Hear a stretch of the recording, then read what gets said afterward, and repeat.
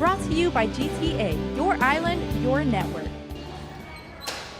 Defendant Paul Santos didn't take the stand in his defense. Instead, defense rested its case Tuesday morning without presenting any witness testimony. What followed were lengthy closing arguments reiterating what unfolded that night over 2 years ago at the Ipoh Hotel. According to prosecutor Matthew Heibel, it's not a complicated case. In summary, Santos showed up to the hotel dressed in full uniform and had sex with the alleged victim. He didn't pay for the sex. Instead, he threatened to put her behind bars if she didn't cooperate with him.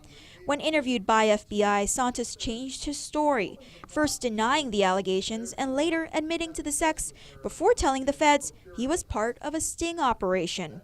Surveillance footage and a hotel staffer disprove his first alibi, as well as a used condom found at the scene.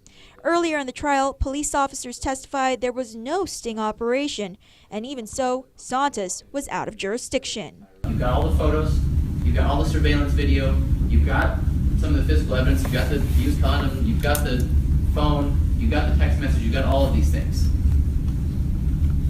As long as you believe that he's using his position to get what he wanted, he's a police officer, he's not paying her, instead he's getting what he wants by his position. But defense attorney Randy Cunliffe warns jurors don't be fooled by the alleged victim's testimony, as she had a motive to make up a fake story. Cunliffe alleges the victim used her sexuality to keep from getting arrested and faked a rape story to expedite her trip home to the States after losing her job on Guam as an exotic dancer. According to an interview between Santos and the FBI, he showed up to the hotel room and the woman started crying. She started to touch me. She offered. I let her come on to me. Misjudgment. The urge got to me.